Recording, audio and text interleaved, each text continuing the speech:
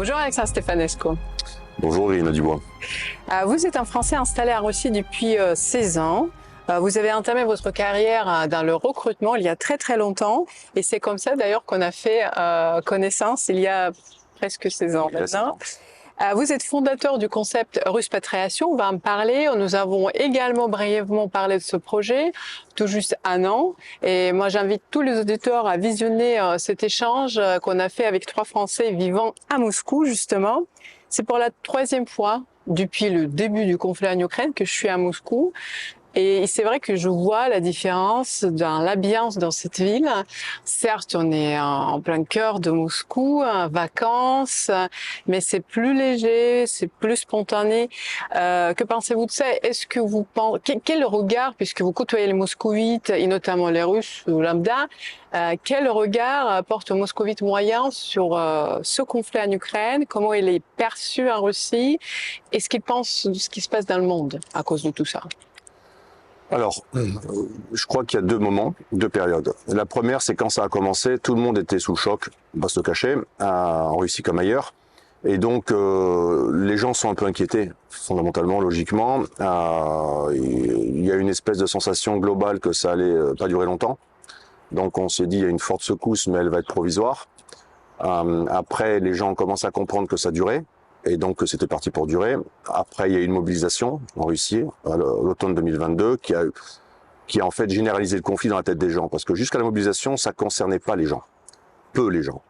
Les gens entendaient bien qu'il y avait un conflit territorial militaire sur le territoire de l'Ukraine, mais il n'y avait pas vraiment dans la vie de tous les jours une espèce de ressenti qu'il y a un conflit. Avec la mobilisation, c'était 350 000 personnes sur tout le territoire qui ont été mobilisées.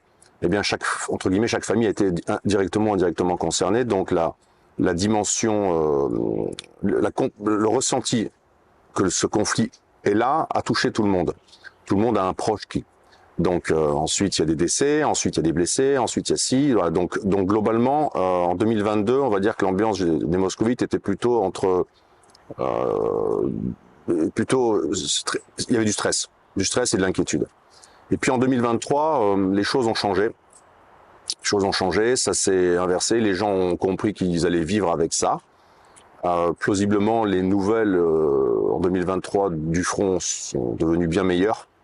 Aussi, ça a sans doute contribué. Je pense que les autorités russes ont fait un énorme travail de communication pour positiver la situation. Et puis, il y a eu l'inattendu, c'est-à-dire qu'en fait, le miracle économique, c'est-à-dire que la Russie est un pays en redéveloppement depuis de longues années, ça a commencé dans les années 2000, la chute de l'URSS, le pays s'était appauvri, les années 90, etc. Et donc, à partir des années 2000, le redressement, le renouveau économique s'est mis en place, et tout le monde s'est demandé si avec les 22 000 sanctions déclarées par l'Occident contre la Russie, ça allait pas casser ce mécanisme. Et non, ça l'a pas cassé. Au contraire, ça l'a presque accéléré. Donc il y a eu un contre-effet inattendu par quasiment tout le monde. Et le fait que les sanctions n'aient pas fonctionné, qu'il y ait des contournements, que tout reste un peu comme avant, voire même mieux qu'avant, ça a contribué à redonner le moral aux gens, en fait, tout simplement. Et puis la Russie est un pays qui produit les matières premières avec lesquelles sont produits la quasi-majorité du complexe militaro-industriel. Donc en gros, quand vous avez l'État russe qui augmente de 3 à 6% la part des dépenses pour la défense, eh bien ça impacte tous les segments de l'économie russe en fait. Donc la croissance des dépenses a accéléré la croissance économique, l'a soutenue, et de facto, ça a créé des emplois, ça a créé des hausses de salaire. Moi, j'ai un cabinet de recrutement, on constate chez nos clients des hausses de salaire sur 2024 de 20 à 30%. Dans l'Oural, c'est 35%. Donc les gens ont beaucoup plus d'argent. Les gens se sont enrichis. Les sanctions ont enrichi les Russes. Quand on y pense, c'est un concept absolument incroyable. Donc il y a plus d'argent, le moral est revenu, les gens sont enrichis. Et globalement, les Russes se réorientent. Par exemple, quand les sanctions ont commencé et que les producteurs de voitures allemands célèbres, pour qui la Russie était un très gros marché, on dit on arrête de livrer la Russie. Moi, je me suis demandé comment ça allait faire. Et le basculement de consommation des Russes avec un peu d'argent, mais pas seulement, à acheter des voitures de luxe chinoises, il a été très rapide. Les Russes sont très souples. Et ça a permis d'amortir le choc. Donc aujourd'hui, c'est vrai qu'en 2024, en Russie, dans une Russie sous 22 000 sanctions, en conflit militaire indirect avec l'Occident, on a une situation économique qui s'améliore, on a une situation d'ambiance générale qui s'améliore, on a une ambiance absolument incroyable à Moscou, je veux dire, c'est vrai qu'on parle beaucoup de Moscou. Les nuits moscovites, c'est... n'existait pas. On me reproche parfois pourquoi Moscou, c'est plus facile d'accès, notamment depuis Paris, oui. Certes. Pour voyager en Russie, il faut beaucoup de temps. Mais nous, on parle beaucoup de Moscou, mais vous voyagez en Russie beaucoup plus que moi, finalement. Est-ce que vous voyez aussi également cette différence? Partout. Ce redressement économique, cette espèce d'optimisation, ces villes qui se reconstruisent, ces immeubles qui se construisent partout, l'amélioration des routes, des infrastructures, ça concerne toutes les grandes villes russes. Avant, il y a 15 ans, il y avait Moscou, le reste du pays. Aujourd'hui, il y a les villes et les campagnes. Certes, il y a des campagnes un peu plus abandonnées. Un tiers des Russes vivent, 25% des Russes dans la campagne, 75% vivent dans les villes. Mais non, le redressement, il frappe toute la Russie et l'ambiance, les infrastructures pour les enfants, les infrastructures pour les gens, ça concerne la très grande majorité du territoire russe aujourd'hui. Donc il y a vraiment un renouveau russe qui s'accélère depuis le début de l'opération militaire spéciale, ce qui est incroyable. On va revenir à la question économique un petit peu plus tard. Ce qui m'intéresse aussi, par rapport à la perception de cette guerre, clairement, donc on dit en France, c'est la guerre, ici l'opération spéciale, le conflit en Ukraine. Le président Poutine même a dit que c'est une guerre civile. Il a prononcé cette expression pour la première fois dans son discours et je pense que dans l'interview avec Tucker Carlson, c'était aussi le cas. Est-ce que les Russes le verbalisent? Oui. Moi, quand ça a commencé, mon meilleur ami russe, Sacha, il m'a dit ça tout de suite. Il m'a dit c'est une guerre civile entre peuples frères. Et lui m'avait dit tout de suite, ça risque de durer parce que les Ukrainiens c'est des Russes, en gros je schématise, mais Français personne, les Ukrainiens sont comme nous, donc ils sont aussi entêtés que nous. Donc en gros c'est une guerre fratricide presque entre deux peuples frères, chrétiens orthodoxes. Et oui, donc la plupart des gens ici, ils font avec. À 2 ans et demi de conflit maintenant, il y a des décès quand même. Il y a dans les entreprises, nous, dans lesquelles on travaille, des groupes étrangers encore présents. Il y a des employés encore mobilisés, enfin qui ont été mobilisés, qui sont encore sur le front. Il y a eu des blessés aussi, des décès. Donc, ce quotidien est devenu le quotidien réel. Mais les gens, peut-être en Russie, je pense, ont plus un côté acceptant fataliste. C'est comme ça. Donc, c'est très russe. C'est très russe. Cette guerre entre guillemets n'était pas voulue par la Russie. La Russie a été contrainte de déclencher une opération militaire spéciale et c'est cette opération militaire spéciale qui doit amener la guerre à la fin. Donc les gens comprennent que la Russie n'est pas l'agresseur, n'est pas le coupable. Et donc ils ont plutôt, je pense, à mon avis, les gens à qui je parle, une espèce de sensation que ce qui est fait pour le mieux en fait. Même si c'est dur, avec toutes les conséquences tragiques qu'il y a, à la fin, l'après, les choses iront mieux. Donc je pense vraiment que les Russes pensent ça et sont convaincus de ça. Mais effectivement, tout le monde se demande quand est-ce que ça va s'arrêter. C'est tout à fait logique. Lors de mon récent échange avec Slobodan Despot, que vous connaissez certainement, il s'est exprimé au sujet du complexe d'infériorité des Russes. Ce que j'ai envie de vous demander, puisque vous connaissez la Russie un petit peu plus, est-ce que ce complexe qui a certes existé dans les années 90 existe encore? Il existait encore jusqu'à il y a peu. Et là, pour le coup, il y avait toujours cette sensation que parce que c'est fait en Allemagne, c'est mieux, parce que c'est fait en Europe, c'est mieux. C'est vrai que l'Europe est en pointe sur un tas de technologies. Elle a été dépassée pour les voitures par les Asiatiques quand même. Donc il y avait déjà, par exemple, si on prend les voitures, c'est un sujet important pour les Russes, la voiture. Le parc automobile allemand était en train d'être remplacé par le parc automobile coréen. Et là maintenant, c'est le parc automobile chinois qui a pris le dessus. Mais oui, il y avait déjà de facto dans la vie de tous les jours, on achète plus de produits en Asie, que d'Europe dans la vie de tous les jours. Donc il y avait déjà quand même une espèce de regard vers l'Asie des Russes.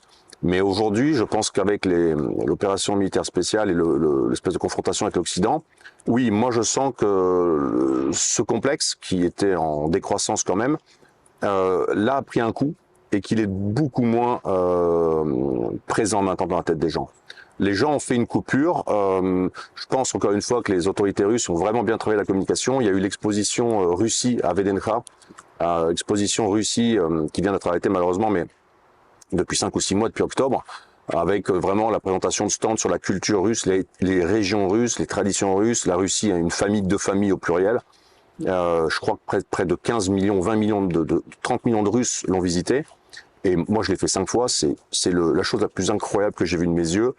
C'est-à-dire des pavillons géants dans lesquels on montre les régions russes, les traditions, les nouvelles technologies, les robots, les robes traditionnelles des femmes, les coiffures traditionnelles russes, les minorités russes très peu connues, les VEPS, etc. Et au milieu de la technologie, des robots Yandex, des voitures sans chauffeur, des robots qui parlent pour l'administration. Donc cette espèce de mix entre tradition et modernité que la Russie est en train de mettre en place, à mon avis, c'est un modèle gagnant et je pense qu'il permet aux Russes de reprendre totalement confiance en eux, de s'apercevoir que finalement, dans la balance, ce que l'Occident avait amené en Russie, moi je pense qu'elle l'a amené, je pense que maintenant ça suffit, on a fait le plein, et je pense que la Russie n'a plus de complexe à avoir parce que sous nombre d'aspects, aujourd'hui, la vie en Russie aujourd'hui, pour quelqu'un de lambda, on vit dans un pays qui est beaucoup plus moderne, développé, avancé que la plupart des pays européens. La vie à Moscou en 2024, on est dans le 21e siècle, dans le 22e siècle donc déjà. Il y a des robots livreurs, il y a des voitures sans chauffeur, il y a des livraisons par drone, tout est propre, tout est sous caméra, il n'y a pas d'insécurité, tout est magnifique, il y a des terrasses, les gens sont dehors, il y a de l'argent. Donc c'est un mode de vie, un mode de fonctionnement de société à mon sens qui est réussi. Et le modèle russe pour ça est un modèle réussi et qui fonctionne et qui permet de réussir ce qu'on n'arrive pas à faire ensemble, notamment qui est le vivre ensemble. Les gens sont très variés ici, mais ils vivent ensemble. Et le pavillon des régions Exposition Russie, c'est ça, c'est les cultures russes, les régions russes, mais c'est la Russie.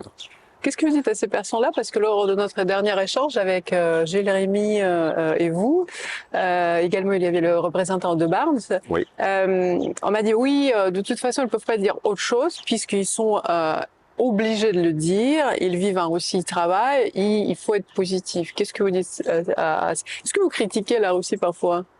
Beaucoup. On m'accuse même d'être trop critique envers la Russie. Alors je veux dire, mais c'est pas possible. J'aime la Russie, comment je pourrais... Non, mais qui aime bien châtie bien, on dit en France. Donc, non, on peut tenir tous les discours possibles et inimaginables, mais si vous aimez pas un pays, il faut pas y habiter en fait. Donc globalement, si on est en Russie, c'est parce qu'on aime la Russie, on aime ce pays. Si on aime plus ce pays, comme certains Français ont quitté la Russie depuis l'opération militaire spéciale, c'est leur choix. Mais non, il y a une liberté de ton quand même qui est beaucoup plus importante en Russie qu'on ne le pense en Europe. On a l'impression qu'on peut rien dire que si que ça. Mais les gens qui pensent ça ne parlent pas russe, parce que s'ils parlaient russe, ils écouteraient des émissions, des talk-shows, des émissions à télé, et ils verraient bien que on peut dire un tas de choses. La scène internet russe est très ouverte, il y a énormément de blogueurs russes, c'est très critique sur le pouvoir, il y a une grosse... s'est développé en Russie une immense, on va dire, culture citoyenne. À faire des choses, voilà, il y a dans tous les immeubles des groupes WhatsApp de gens qui résolvent les problèmes, il y a des blogs pour commenter les situations, il y a une vie de quartier, il y a beaucoup de mouvements citoyens associatifs qui sont en train d'être créés, donc ça prend une très très bonne tournure. Et non, on est absolument obligé de rien dire en Russie, c'est un mythe complet. Pour revenir à l'économie, effectivement, les experts s'étendent de la croissance en Russie, malgré des milliers de sanctions. Seulement 22 000, ça va. Ouais, effectivement. Avant, c'était la Syrie, le pays le plus, ou l'Iran, le pays le plus sanctionné il y a quelques années. Là, c'est la Russie. Oui. Et les autres s'interrogent si cette résilience va durer. Vous avez partiellement répondu à cette question. Connaissant les Russes, oui, ça va durer, je pense. Entre autres, ce qui m'intéresse, est-ce que les classes moyennes, parce que ça concerne nous tous, parce qu'avant le fossé dans les années 90, le fossé quand même était assez important. Est-ce que les classes moyennes revivent et existent en Russie réellement ou pas? Alors, c'est la question de Moscou, puisqu'on est vraiment dans la capitale. C'est les deux. Parce que dans les années 90, effectivement, il y avait les riches et beaucoup de pauvres. Et c'était dur. Le cadre légal, peu à peu, qui est en train de s'installer en Russie depuis une vingtaine d'années, il a permis une espèce de normalisation de l'économie, un secteur étatique qui a bien structuré son économie, le retour de l'industrie. Un emploi sur 10 à Moscou, c'est l'industrie. Hein. Paris, je crois que c'est 1 sur 22 ou 1 sur 25, donc Moscou est une ville très industrielle. Il a permis le retour du privé et les autorités ont créé des statuts de self-employed ou d'auto-employés extrêmement faciles à mettre en place avec des taux d'imposition de 4 à 6%. Donc aujourd'hui, je crois qu'un actif sur 4 à Moscou maintenant, en plus d'avoir un travail, il a une activité propre. Donc il y a un retour de l'entrepreneuriat, tout va dans le bon sens globalement. Mais effectivement, il y a des très grandes différences de niveau de vie et de niveau de salaire entre les Russies. Il y a vraiment des Russies. Donc il y a Moscou, qui est la tête émergée. Il y a des grandes villes, une quinzaine de villes qu'on appelle les millioniki. Donc c'est les villes qui ont plus d'1 million d'habitants. Donc c'est Ekaterinbourg, Novosibirsk, c'est Krasnodar, c'est Kazan au Tatarstan, c'est Saint-Pétersbourg, bon, etc. Dans ces villes-là, niveau de vie est inférieur à Moscou d'à peu près 25%, 25-30%. Il y a un diapason. Et puis après, il y a mais ça c'est 25% du pays, 25-30% du pays. Après, il y a un gros 40% de population qui habite dans les petites villes. Donc c'est les villes de 50 000, 100 000, 200 000, 400 000 habitants. Donc ça c'est vraiment une Russie qui est plus industrielle, c'est les villes de l'industrie. C'est une Russie qui est plus pauvre, qui est un peu plus soviétique encore, qui sort moins. Mais c'est cette Russie-là qui est en train de bénéficier du boom de l'industrie par l'effort de guerre. Et puis il y a une autre Russie qui est la Russie des campagnes, donc c'est plutôt des gens plus âgés. Et là, cette Russie-là, elle est très peu dépendante de l'agenda politique, elle est très peu dépendante de l'agenda du conflit en Ukraine. Elle est beaucoup sur de la production propre, les gens cultivent, se développent, font cultivent ce qu'ils mangent. Donc cette Russie-là, c'est un tiers du pays, à peu près 25-30% du pays. Ils sont loin de tout ça, ça les concerne pas. Et puis après, il y a une autre Russie, on va dire parcellaire, 7-10% du pays, c'est les républiques ethniques. Et là, vous avez des gaps énormes entre Kazan au Tatarstan, qui est une ville moderne, développée, industrielle, il y a de l'IT, c'est énorme, c'est une ville très moderne. Et puis des villes comme, ou des zones comme dans le Caucase russe, donc le Daghestan, l'Ingouchie, la Tchétchénie, etc. Ça, c'est des zones où il n'y a pas d'industrie. Ah si, en Tchétchénie, on va ouvrir une usine de voitures.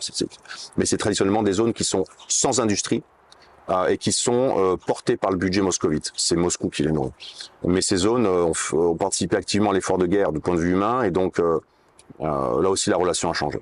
Donc il y a vraiment des diapasons forts, mais globalement aujourd'hui l'enrichissement depuis le début du conflit et les sanctions, il concerne toute la Russie. Et donc au milieu de tout ça, vous avez créé votre projet Russpatriation. Pourquoi en français? Parce que ça s'adresse aux francophones d'abord, puisque vous communiquez en français, j'imagine en anglais aussi. Pourquoi? Puisqu'on est le dialogue franco-russe, pourquoi en français moyen s'intéresserait à la Russie maintenant? Alors ça, c'est quelque chose d'incroyable, d'inattendu, comme le rebond économique russe après les sanctions. Moi, j'ai toujours, dans le cadre de mon activité de ressources humaines et de cabinet de recrutement, travaillé plutôt avec des entreprises. Mais j'avais souvent par-ci par-là des demandes individuelles de gens qui voulaient venir travailler en Russie, venir vivre en Russie. Typique, la nature moscovite dans le centre-ville. Typiquement, c'était un profil plutôt masculin, trentenaire, qui venait pour travailler en Russie, qui venait aussi pour les femmes, qui venait pour fonder un foyer, qui venait pour voilà. C'était un double voilà. Il y avait la Russie dynamique, être français en Russie, ça a toujours été classe, et bien vu, et ça continue. C'est intéressant, parce que ça serait après, j'aimerais bien qu'on développe ça. Avec grand plaisir. Voilà. Et puis, depuis le début de l'opération militaire spéciale, alors moi j'ai quitté la France il y a bien longtemps, mais de manière assez inattendue, cet événement a réveillé chez beaucoup de gens des questionnements profonds, géopolitiques et civilisationnels. Et donc, les gens, beaucoup de gens, en tout cas beaucoup de gens qui me contactent, ont l'impression que le grand déclassement est en cours. On parle des Français, que ça va de plus en plus mal en France. Au fond, depuis le Covid, ça s'est aggravé, ça continue de s'aggraver, et que en Russie, malgré tout, ça va de mieux en mieux. Et donc, il y a beaucoup de gens qui ont cette vision géopolitique de se dire, de toute façon, la Russie va gagner ce conflit. Et donc, dans l'après-conflit, les Européens seront encore plus déclassés et les Russes seront encore plus surclassés parce que le monde entier va être avec les Russes. C'est ce qu'on voit avec les BRICS. Alors, on a la tournée des présidents étrangers en Russie, la tournée de Poutine dans le monde émergent. Bon. Donc, ça, c'est une réalité. Et donc, ce n'est pas ce qu'on dit sur la LCI. Il ne faut pas regarder LCI. Donc, voilà. Donc aujourd'hui, les délégations qui accompagnent le président indien, turc, vietnamien, c'est des milliers d'entreprises. Il faut voir ce qui se passe. Les gens ne se rendent pas compte. Le nouveau monde se réorganise. Et donc, les gens cherchent des moyens d'avoir un pied dans ce nouveau monde ou d'y avoir un pied pour permettre à leurs enfants d'y vivre à terme, etc. Et donc j'ai développé, parce que j'ai eu des demandes de plus en plus, un projet qui s'appelle la Ruspatriation, un projet que je réalise depuis maintenant plus de 3 ans, qui est un projet de formation à la Russie, d'explication de la Russie, de réalisation de la Russie, de permettre aux gens de mieux comprendre la Russie, de comprendre si la Russie est faite pour eux ou faite pour la Russie. Donc j'ai créé en fait une formation qui s'appelle Cap sur la Russie, qui est un produit unique. C'est 11 heures d'enregistrement où je décris tous les aspects de la Russie, économique, humain, les lois, le cadre juridique, les routes, les voitures, les comportements d'achat, la culture des enfants, les religions. Je parle de tout. Voilà. Et cette formation, elle a déjà plusieurs centaines de personnes qui l'ont achetée. Hein. Je l'ai réalisée il y a 2 mois seulement. Cette formation, elle a pour but de donner une meilleure compréhension du cadre aux gens, le cadre russe, de ce qu'est la Russie réelle d'aujourd'hui, loin des fantasmes et loin des clichés. Et derrière, je complémentarise ça par des voyages d'accompagnement sur la Russie. Donc aujourd'hui, c'est sur 3 villes, Moscou, Krasnodar et Saint-Pétersbourg, avec 2 partenaires sur les 2 autres villes. Là, c'est des programmes d'accompagnement, alors soit individuels sur 4, 5, 7, 10 jours, où on va découvrir la Russie réelle, on va en banlieue, on va à l'administration, on va à l'hôpital. L'administration, c'est intéressant. Ah oui, j'emmène au MFC, my documents. J'emmène à l'hôpital, on va voir le poste de police, on va passer 2 jours dans un quartier dortoir en banlieue lointaine, on fait le métro à l'heure de pointe, on va voir le beau et le pas beau, on va voir dans les parcs, on sort le soir. Donc c'est vraiment un parcours de vie pour voir comment c'est réellement quand on gratte et qu'on creuse. Et là, à la fin du mois de juillet, pour la première fois, on a un premier voyage de groupe avec mes 2 partenaires on travaille là-dessus. Donc on a 12 personnes qu'on accompagne pour le projet Ruspatrip, donc que vous aviez parlé dans une de vos newsletters. Donc là, on a un voyage de groupe de 9 jours, 12 personnes sur Moscou et Saint-Pétersbourg. Ça va être un voyage extraordinaire, donc de découverte de la Moscou technologique et traditionnelle, et avec des rencontres avec des entrepreneurs ici, avec des communautés d'affaires. On fait vraiment quelque chose de très très poussé. Et derrière, on va initier donc un autre projet qui s'appelle le Ruspatour, les Ruspatours. Et là, on va faire des formats de voyage XYZ très variés pour des publics très différents, à des prix assez accessibles, donc des voyages très démocratiques en Russie. Et là, on va faire pareil, Moscou, Saint-Pét, Krasnodar, les petites villes, Anodor, etc. Le but, c'est de réinitier des voyages de découverte de la Russie pour des Français, des Suisses, des Belges. Pour l'instant, c'est les francophones principalement, afin de remettre du contact déjà entre les peuples, de leur permettre de découvrir l'incroyable réalité russe d'aujourd'hui sous 20 000 sanctions, l'âme russe sous 20 000 sanctions, comme j'aime à dire, et puis de permettre aussi dans le paquet de ces gens, ceux qui ont des projets personnels Russie forts, de venir toucher les réalités russes. Parce qu'on a quand même des gens qui s'installent en Russie, qui viennent vivre, s'installer. C'est souvent des hommes, mais là on a installé des femmes célibataires, des femmes retraitées, des femmes pré-retraitées, des femmes actives, qui sont venues seules s'installer en Russie. C'est incroyable. Est-ce qu'ils ont des liens quelconques? Aucun. Ils ont eu un coup de foudre civilisationnel sur ce qu'est la Russie d'aujourd'hui, la vie dans la Russie d'aujourd'hui. Et là, on accompagne pour la première fois sur la rentrée de septembre. Maintenant, on est 5 personnes à bosser pour la Ruspatriation. On accompagne des familles franco-françaises avec des enfants.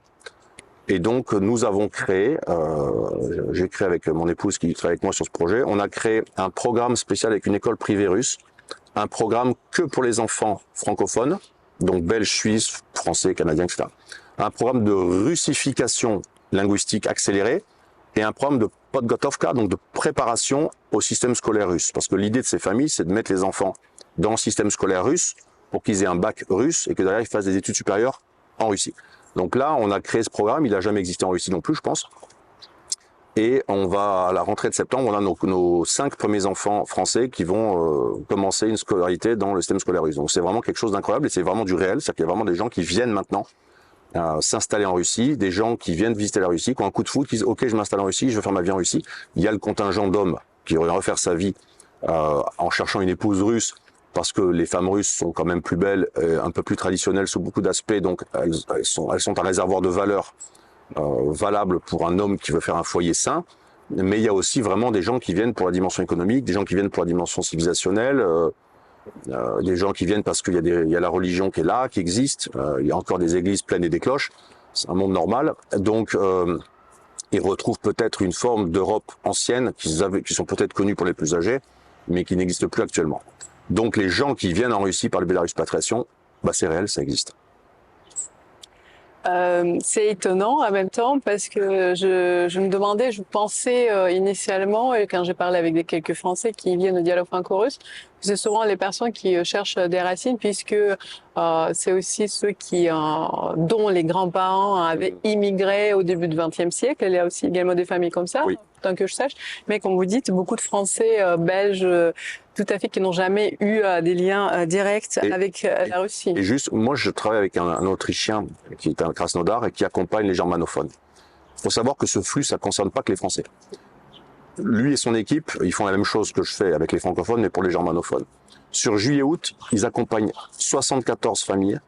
Famille. C'est-à-dire pas des Russes, pas des Russes d'Allemagne, des Allemands et des Autrichiens de souche, 74 unités, donc des individuels ou des familles ou des couples, de gens qui viennent en Russie faire 1 mois, 2 mois, apprendre un peu le russe, visiter. C'est principalement Moscou et Krasnodar. Donc, ça veut dire qu'il y a près d'une centaine de familles d'Allemands ou d'Autrichiens qui envisagent de partir d'Allemagne et d'Autriche pour venir habiter en Russie. Donc, cette tendance, elle est forte. Il y a des Canadiens, il y a des Australiens, il y a des Allemands, des Français. C'est une tendance des Occidentaux, d'un certain public occidental, un certain contingent d'Occidentaux à vouloir venir habiter dans la Russie de 2024, dans la Russie du monde d'après. Justement, dans les conditions actuelles, c'est très étonnant puisque la propagande anti-russe marche. Je le vois en France. Bon, elle n'est pas majoritaire quand même parce qu'on a beaucoup d'amis franco-russes, ceux qui aiment la Russie, français, qui aimeraient bien effectivement voyager, visiter et venir, et qui me posent beaucoup de questions. D'ailleurs, la propagande marche auprès toujours du même type de personnes. On va peut-être développer ça dans d'autres échanges. Quelle est la question? Quelles sont les peurs et les inquiétudes? Quelles étaient les questions que vous posent comme ça les Français directement? Alors, bon, la première question, alors, celle qu'ils devraient poser, c'est sur le climat, mais ils ne se la posent pas assez, l'hiver est long. Mais ça, on peut rien faire, il faut habiter dans le sud. Les problèmes principaux auxquels ils font face, c'est les programmes administratifs. C'est-à-dire les documents à obtenir pour pouvoir avoir le droit de résider en Russie, à quel coût? Parce qu'on peut très bien créer une entreprise, s'auto-embaucher, se payer son salaire et développer une activité, et ça c'est légal, etc. Mais ce qui est l'obtention de permis de séjour de résidence en Russie, c'est assez strict. Les quotas attribués aux étrangers sont en réduction massive, et il y a le système du regroupement familial, et ça c'est pour les gens qui ont des racines russes, des parents, des enfants ou des époux russes ou des conjoints russes, etc. Donc le mode opératoire administratif pour avoir le droit de rester en Russie, c'est compliqué. Très compliqué, c'est le transfert d'argent, qui est aujourd'hui interdit en direct, donc il passe par des pays tiers. Très compliqué, c'est l'apprentissage de la langue russe, qui est une langue très difficile à apprendre, mais surtout au-delà d'un certain âge. Et en plus, là, on accompagne beaucoup un contingent de retraités. Il y a énormément de retraités qui envisagent de partir en Russie pour leur retraite. C'est tout à fait cohérent, puisque leur pouvoir d'achat va être augmenté par 2,5. Mais bon, quand on est vieux, apprendre le russe, apprendre une langue nouvelle, c'est difficile. Donc les enfants jeunes absorbent vite et après en vieillissant on absorbe moins. Donc il y a la langue aussi. Et puis après je pense qu'il y a toujours cette ambiguïté un petit peu sur laquelle moi je travaille énormément, sur laquelle je fais du travail aux gens que j'accompagne, c'est de séparer le fait de vouloir partir de France pour des raisons X, Y, Z que moi je comprends. Je suis parti de France et le fait de vouloir aller en Russie. C'est-à-dire qu'en fait, les raisons X, Y, Z pour quitter la France, c'est une chose, mais il faut qu'il y ait des raisons X, Y, Z de vouloir vraiment choisir la Russie. Et pas que la Russie devienne un choix par défaut. C'est important parce que c'est un pays difficile. C'est quand même un pays dans lequel il y a beaucoup de points négatifs et beaucoup de points positifs. La vie en Russie est dure pour les Russes, donc elle sera dure pour les étrangers. Et par conséquent, faut aimer ce pays pour traverser les épreuves qu'il fait traverser aux gens. Donc, quitter la France en est une chose et vouloir choisir la Russie, je pense que c'en est une autre. Vous avez dit tout à l'heure que les Français sont bien vus en Russie. On nous dit souvent, voilà, les Russes sont devenus anti-Occident. Est-ce qu'il est vrai de dire que voilà, ceux qui votent Poutine, les vrais patriotes, comme on nous présente, je simplifie évidemment, ils veulent pas, voilà, l'Occident ça suffit, on n'aime personne, on est plus proche, ça sert à rien. et ceux qui, au contraire, sont des opposants, libéraux. Mhm. Ils déménagent, ils partent en Occident, ils pensent qu'il y a toujours l'herbe est toujours plus verte ailleurs. C'est Oui. vrai pour nous tous en quelque sorte. Mais est-ce que, pour simplifier, quel est le regard vous comme vous, je sais pas, côtoyer des Russes dans la rue ici, ils savent que vous êtes français, quelle est leur attitude? Comme le premier jour où je suis arrivé. Et d'ailleurs, peut-être qu'au début, quand je suis arrivé en Russie en 2008, il y avait en 2010, en 2012, il y avait beaucoup d'Occidentaux, beaucoup d'Européens, il y avait une habitude de voir des Français. Donc, ce qui est sûr que ce qui a changé, c'est qu'en 2008, vous parliez français, une femme russe, là, beaucoup de femmes russes vous regardaient en tremblant, en se disant, un Français, il est beau, il doit être riche, il doit être intelligent, et voilà, je vais partir en France, schématise. Pareil, ça c'est fini. Aujourd'hui, l'argent est dans les poches des hommes russes, et donc les Européens qui sont restés, oui, Donc, ce que vous dites que les femmes sont matérialistes. non, mais ce que je veux dire, c'est que de tous les pays du monde, mais ce que je veux dire, c'est que le rêve des expats étrangers au sein de la société russe, du côté féminin, il est terminé, et du côté masculin, ben il y a un autre changement, c'est que il y a plus d'expats, il y a plus d'étrangers. Et depuis les opérations militaires spéciales, les Européens, c'est devenu une denrée hyper rare. Au dernier recensement, je crois qu'on était 10 000 en 2008, recensés au consulat, on devait être 15 000. Je crois qu'aujourd'hui, là, dernier recensement au début de l'année, pour les élections qu'il y a eu en France, on était 2500. Mais dans ces 2500, le consulat a recensé 30% de binationaux. Donc c'est quelques Français qui ont pris le passeport russe et les femmes russes qui ont pris le passeport français. Donc, en fait, les hommes français sur le territoire de la Fédération de Russie aujourd'hui, en juillet 2024, on doit être un gros millier. Il y en a quasiment plus. Donc en fait, moi je parle souvent, je fais des vidéos dans les rues, je parle français, etc. Je sors beaucoup. J'ai jamais eu un regard déplacé. J'ai plutôt eu 2 fois des remarques en mode mais il reste des Français. Ah, au contraire. Ouais. Mais être français a toujours été très bien vu. Je pense que c'est une des nationalités européennes et étrangères le mieux vu en Russie. Ça, la francité met de l'émotionnel aux Russes, sur le plan de vue culturel, etc., historique. Et la relation est beaucoup plus plate, on va dire, avec les Allemands, les Américains. Avec les Français, il y a toujours eu un petit peu de quelque chose, vraiment, un lien. Plus qu'avec les Italiens. Donc, même si l'Italie était devenue dans les dernières années une destination touristique très prisée, mais pour les Français, il y a quelque chose à un autre niveau, je pense. Et c'est dommage parce que je pense que la touche diplomatique française et la présence économique française auraient pu se servir de ça pour activer des leviers colossaux, et ça n'a pas été fait. C'est un grand gâchis. Oui, effectivement, je valide ce que vous dites. Puis il y a quelque chose entre les Français et les Russes. D'ailleurs, c'est pourquoi le dialogue existe encore. Et survivra toujours. Ouais.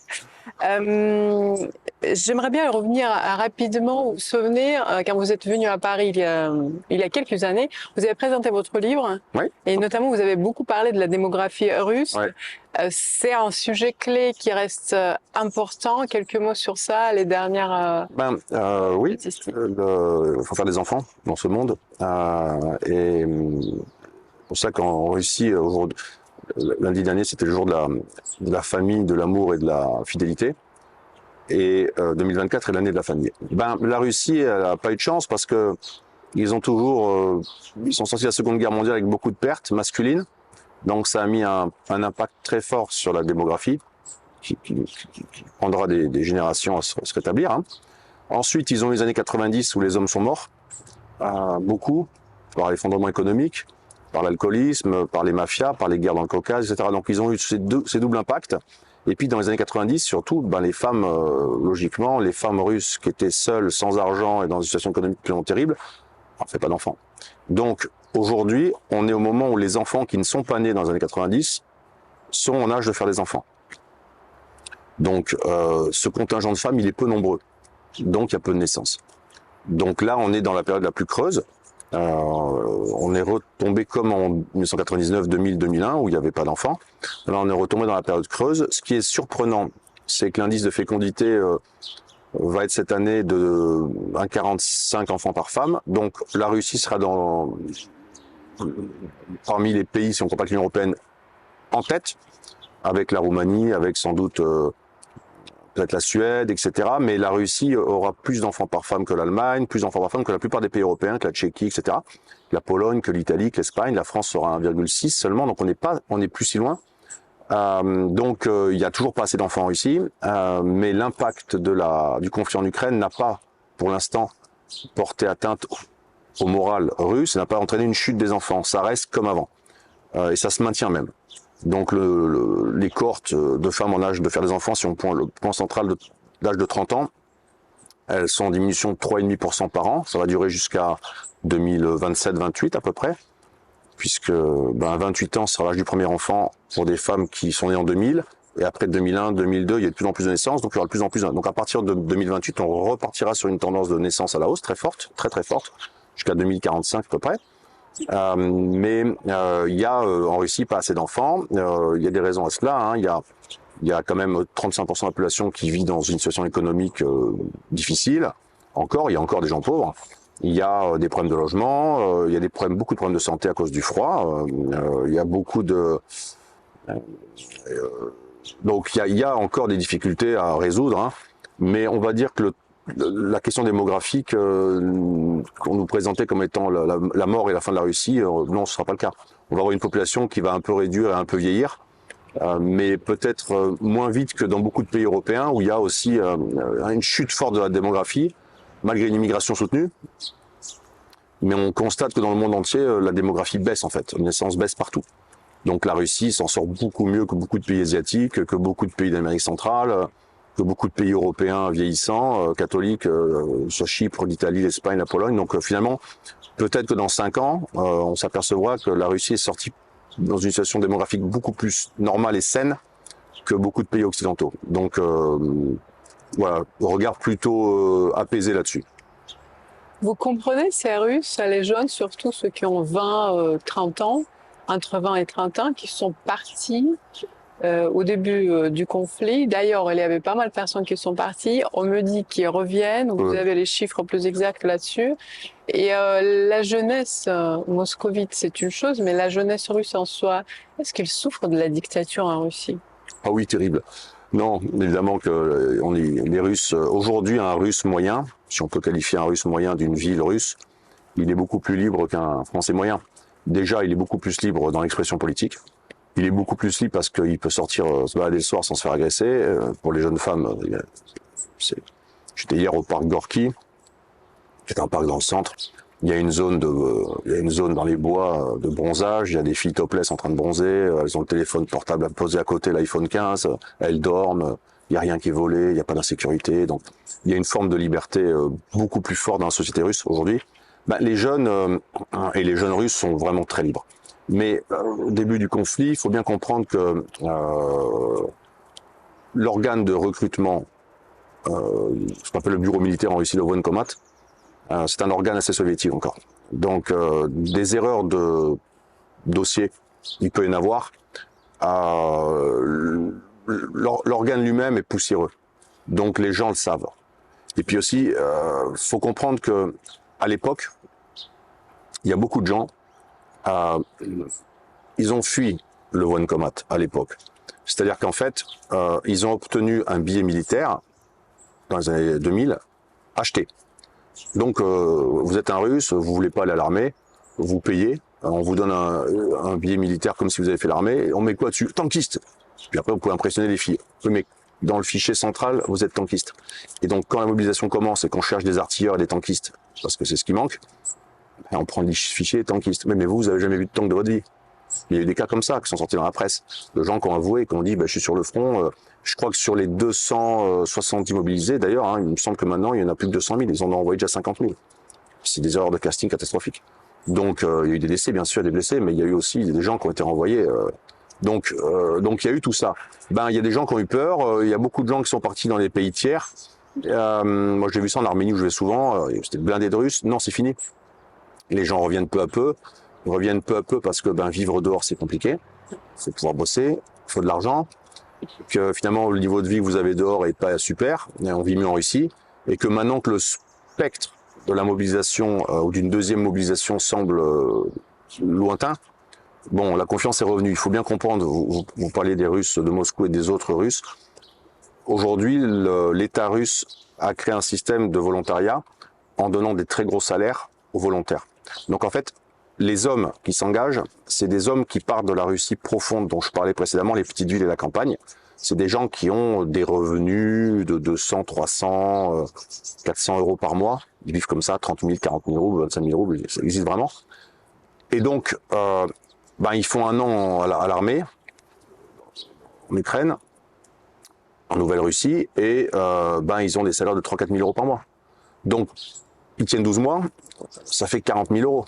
Et 40 000 euros, c'est-à-dire 4 millions de roubles, dans une toute petite ville russe, c'est une maison, c'est un appart, c'est une voiture. Donc il y a énormément, ils ont un vivier potentiel, les Russes, à piocher, dans des gens masculins, on le voit sur les avis de décès, d'où sont originaires les gens, c'est les petites villes. Donc cette Russie-là, et c'est des jeunes ou des pas jeunes, cette Russie-là, elle est énorme. Et plus ils payent, plus ils vont payer cher, et ils ont les caisses sont pleines, donc ils peuvent, plus ils vont pouvoir avoir de volontaires. Donc globalement, ils peuvent comme ça évacuer le besoin d'immobilisation et ça rassure aussi le business.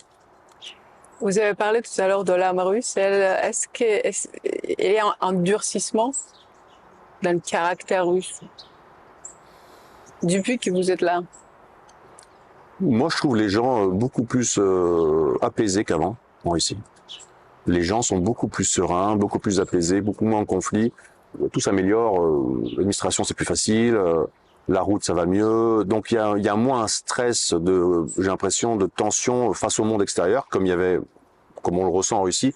Le climat, bien sûr, hein, dans le Grand Nord russe, dans le Sibérie, ça, les immensités, le climat, bon, on sait que c'est dur, hein. Mais en général, au global, j'ai l'impression que les choses, moi je qualifie la Russie comme un pays apaisé. Et il me semble que les Russes sont beaucoup plus apaisés. Pour vous répondre sur le point que vous mentionniez précédemment sur le fait anti-occident ou pas, moi, je sens pas d'hostilité aux Occidentaux. Je pense qu'on n'a jamais eu, en fait, spécialement. Il y a eu une bonne compréhension des Russes, là-dessus les médias russes ont bien joué, une bonne compréhension de l'hostilité géopolitique occidentale à l'égard de la Russie. Ça, c'est acté. Mais ce que les Russes ne veulent pas d'Occident, c'est tout le sociétal. Ça ne marche pas. Le reste, ce qu'ils ont eu à prendre, ils l'ont pris. Donc les Russes, dans un sens, se sentent européens, mais ils font peut-être partie de l'Europe, civilisationnellement, la Russie c'est une partie de l'Europe, mais c'est pas que ça, c'est aussi autre chose. Moi j'ai plutôt l'impression qu'il y a une réaffirmation patriotique, civilisationnelle russe, qui ne se fait pas en opposition avec les Européens et les Occidentaux, elle se fait baser sur un logiciel russo-russe en fait. Donc c'est le patriotisme cool, c'est-à-dire vous allez à l'exposition Russie, c'est des cœurs, c'est le drapeau, des cœurs en fleurs, des cœurs rouges, le drapeau russe dessus. C'est absolument pas contre. C'est plutôt une fierté personnelle. Merci Alexandre de maintenir le dialogue, d'avoir trouvé le temps pour le dialogue franco-russe à Moscou. Toujours dispo. Que peut-on faire ensemble peut-être pour renouveler ce dialogue? Comment nos élites vont renouveler ce dialogue puisqu'il est perdu? Nous, on maintient le dialogue entre les sociétés civiles, ce qui est déjà beaucoup, mais est-ce qu'il y a une relation franco-russe d'après? Alors moi, c'est ce que j'essaie de faire à mon humble niveau, c'est-à-dire de faire venir des Français en Russie, des Belges, des Suisses, et leur montrer que on peut se parler avec les Russes et qu'on vit bien en Russie. Du point de vue, on est en juillet 2024, on verra comment les choses évoluent, mais moi j'ai la sensation que il y a un grand divorce. Et j'ai la sensation que dans les divorces difficiles, les choses mettent du temps à se remettre en place. Donc moi je pense que le divorce entre la Russie et la France, il est d'ailleurs entre la Russie et les Européens et les Occidentaux, il est assez fort. Les Russes, plausiblement, ont la main et décideront de renouer le contact. Et je pense qu'ils vont décider quand ils vont le renouer, avec qui. Et les Européens seront en position d'attendre. Merci Alexandre. Merci Elena.